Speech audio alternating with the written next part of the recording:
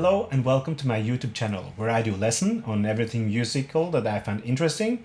Nowadays I'm doing a lot of composing as I have for the last 5 years, so the lessons going forward are going to be more about composing, a lot of different subjects that I find interesting and I'll bet you'll find interesting as well. And I'll try to teach them in a practical way for you to easily learn and use yourself directly. And today we're going to look at how to create a more structured or memorable melody. Because you have to wonder how the masters of melody make themes that can last for decades and centuries. And of course there is no surefire way to make these kind of great melodies. But there are methods to make your melodies better, more cohesive and more structured. And at the end of the video, I'm going to practice what I preach by using this 3-step method to create a couple of melodies while on camera. So you can see how you can use this in practice. So come along and let's get started.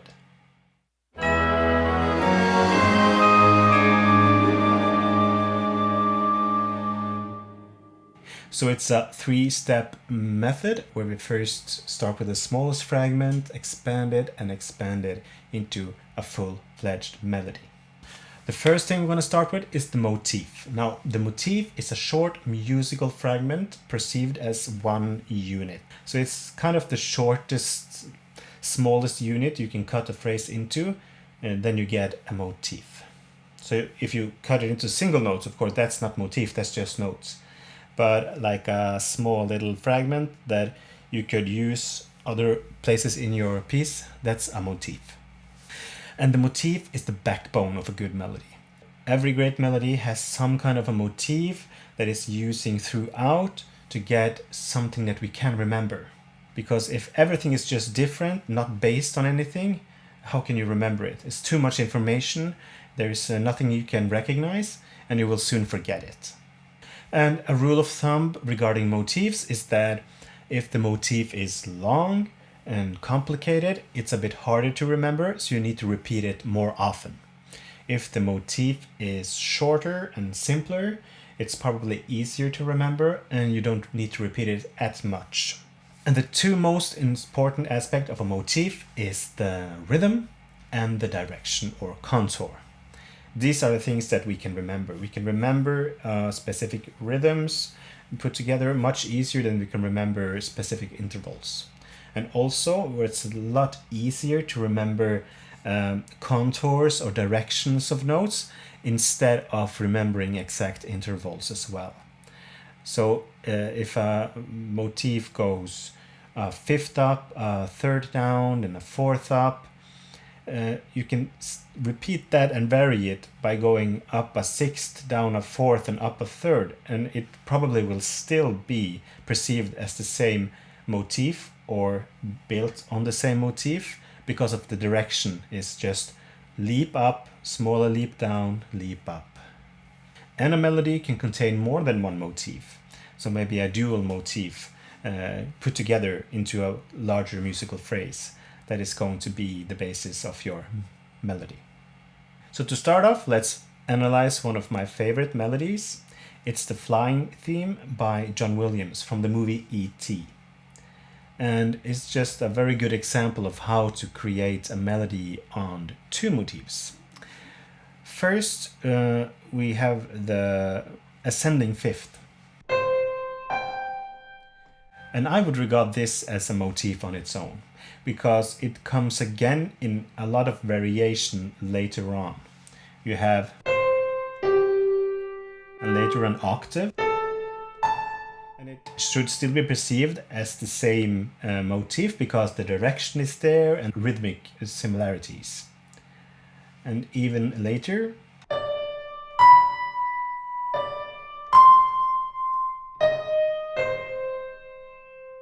so all of these leaps up or down I perceive as based on the first fifth. So that's one motif. So that's the first motif. The second one is the other motif. And this is a musical unit that is clearly different from. And it comes again in bar 3 in a variation. And in bar 5, and now the contour is changed, so now it's a bit different than the first one, but the contour of the two first ones are the same. So these are the two main motifs for this one. Once you have one or two motifs, you try to put things together to make a longer phrase. So a phrase is a longer musical line made up of one or more motifs. And another name for this phrase is also the basic idea. And the basic idea is like more of a independent musical line. So a motif like this wouldn't stand on its own and would neither stand on its own. You need to have a little bit longer, like a bigger contour of it to make it feel like a whole phrase. So for example, let's go back to the E.T. flying theme. If you combine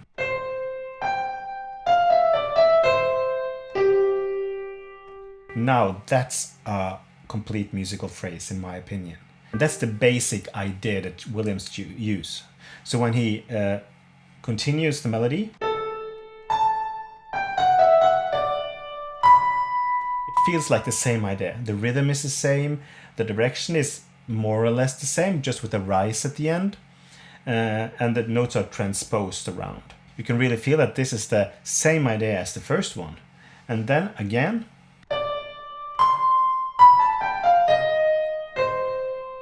the rhythm here is the same, the contour is a bit different, but we can perceive that this is a continuation of what has been before. It's similar enough, so we think that, oh, this is part of the same thing. It's the same idea, but varied in another way again. And that's the last part of the melody, the ending. So it's a bit different than the rest of it, so I wouldn't call it like the same basic idea. So how do you get the basic idea, just lasting 2 bars? How do you develop that into a whole theme, or a whole melody at least, of 8 bars? So one thing you can use, that I like to use, is short forms. And short forms, they are usual ways of constructing a melody. And the most basic ones are probably the sentence form and the period form.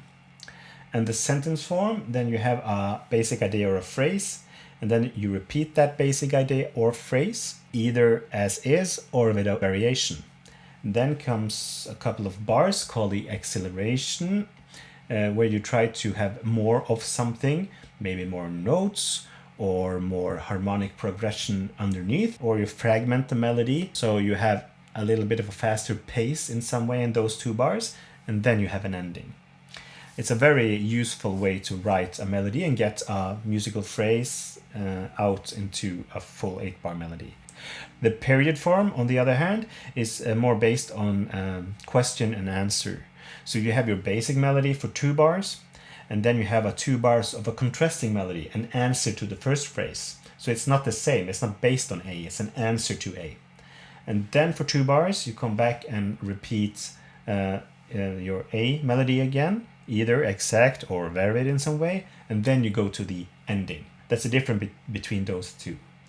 And of course, there is a lot of other variations as well on forms. I would probably start with writing within these 2 main basic forms. It's very good to know them, and then you can know your variation. You can mix them together, or you can have completely other short forms in total. And if I were you, I would read this article by Mark Richards on analyzing musical themes and on small musical forms. And also can be an inspiration to learn how to develop your musical themes in different directions. And if we look at E.T., the flying theme, you can see that we have the basic idea here. And then we repeat the basic idea.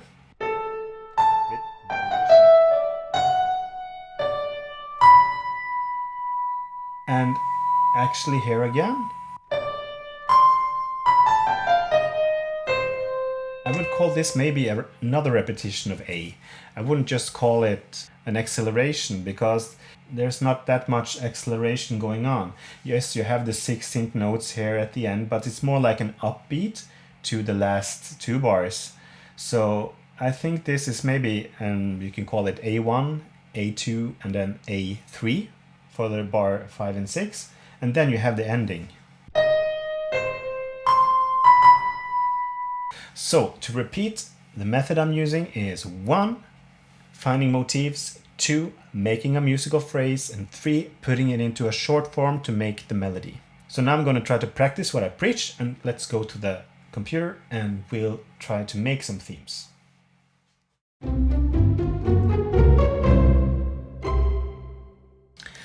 So first of all, let's try to find what kind of a theme I'm trying to be making here.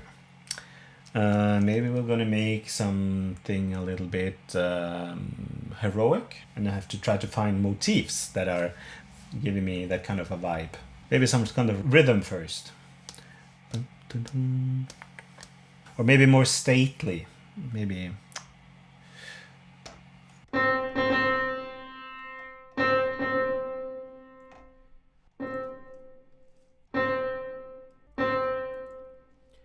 So this can be the basic motif of my piece. Ba-ba-da. And let's try to develop that. So I think I'm just going to try to make a phrase based on this one melody, and we'll try to see what kind of a form, if we need to make any more motifs as we go along.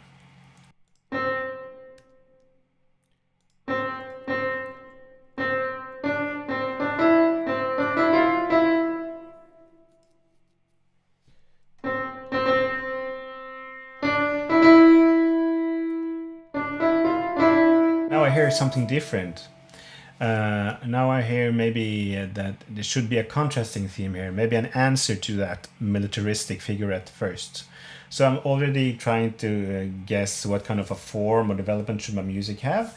Now that I have my basic phrase, ba-ba-da, ba-ba-da, I think this should be hanging over to here.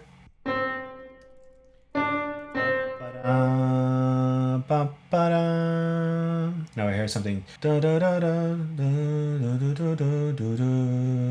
And this is going to be a period form, I can already tell, because I want a contrasting phrase right here in the 3rd and 4th bar.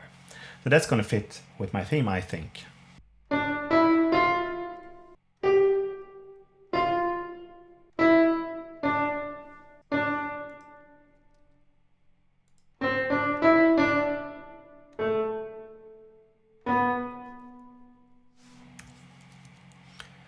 So there we have our first half done, and since we're going to use the period form, let's repeat the A section.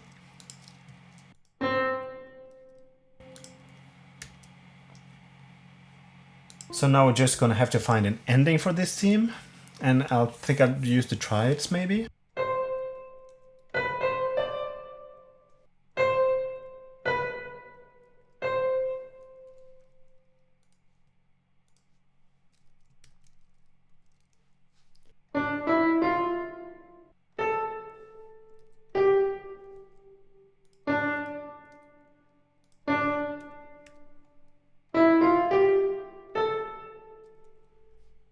So there we have it.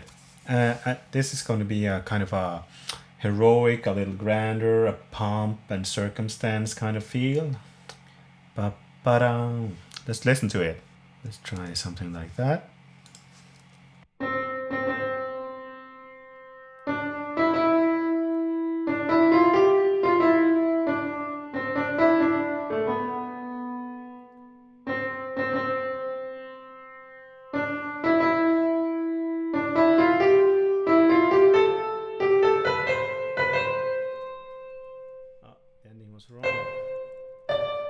Should be going up to the 5th of the dominant.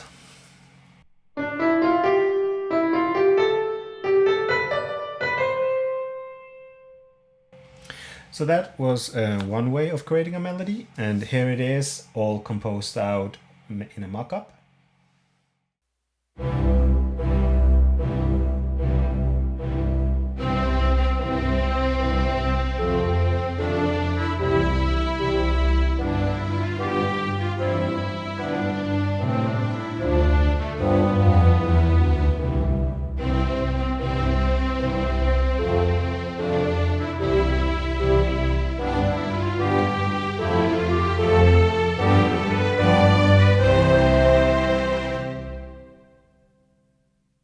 Let's just make another theme while we're at it. And let's make an 8-bar melody. And what should we do? With this one, when coming up with motifs, it's smart to think about what kind of a melody do you want to make. Is it going to be fast or slow or energetic or heroic or stately or scary or like, because that's going to inform your intuition about the motif you're making. So maybe hearing something a bit more high paced, maybe something in minor, a bit more scary. Actually, let's do it in 4/4. Maybe the tempo. I hear this melody, this rhythm, I mean. So, da da da da da da da. Something like that.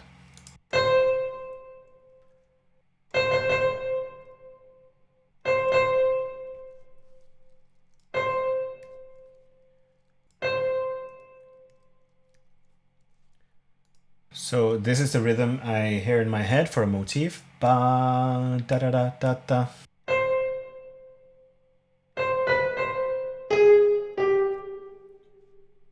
Da da da da da da da da da da.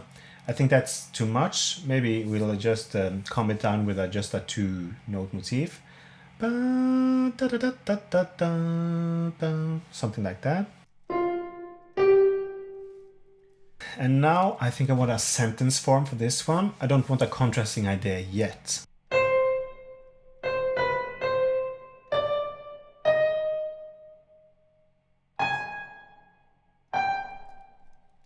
And maybe we'll make a little bit of a variation here. So, and now, since I've gone for a sentence form, this should be a continuation phrase with some acceleration. So maybe use like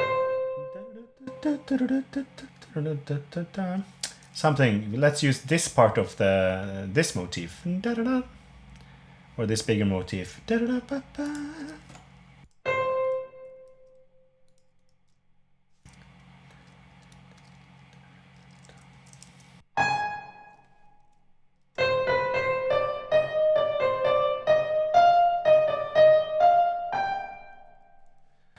Then we have an acceleration now because we are upping the notes, we're upping the tempo, we're fragmenting, taking a fragment or a motif and putting it in succession, making a sequence.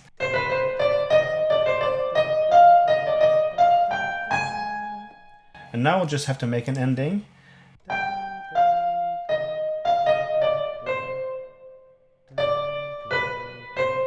Think like that.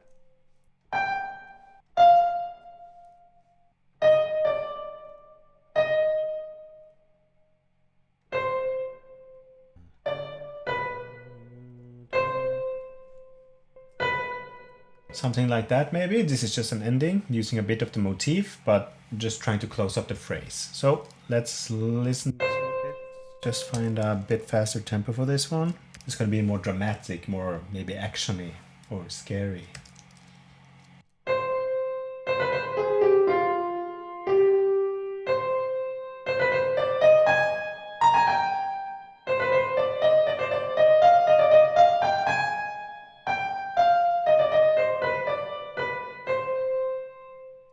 So that was the second theme, completely different than the first one.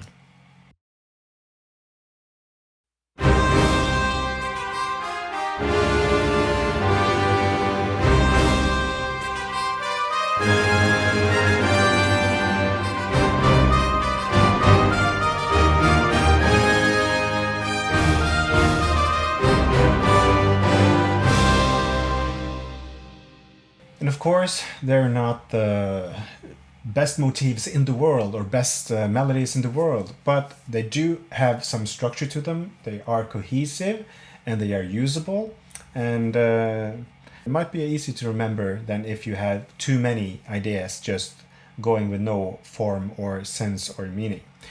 And that's the 3-step method for writing more cohesive and memorable melodies. 1, find a good motif, then you can turn it into a phrase. And if you put that phrase into a structure that you want, either a period form or a sentence form, suddenly you have a really good structure to your whole melody. This is enough for you to get going and writing better melodies. So thank you for watching. Have a great day, and I'll see you in the next video. Bye bye.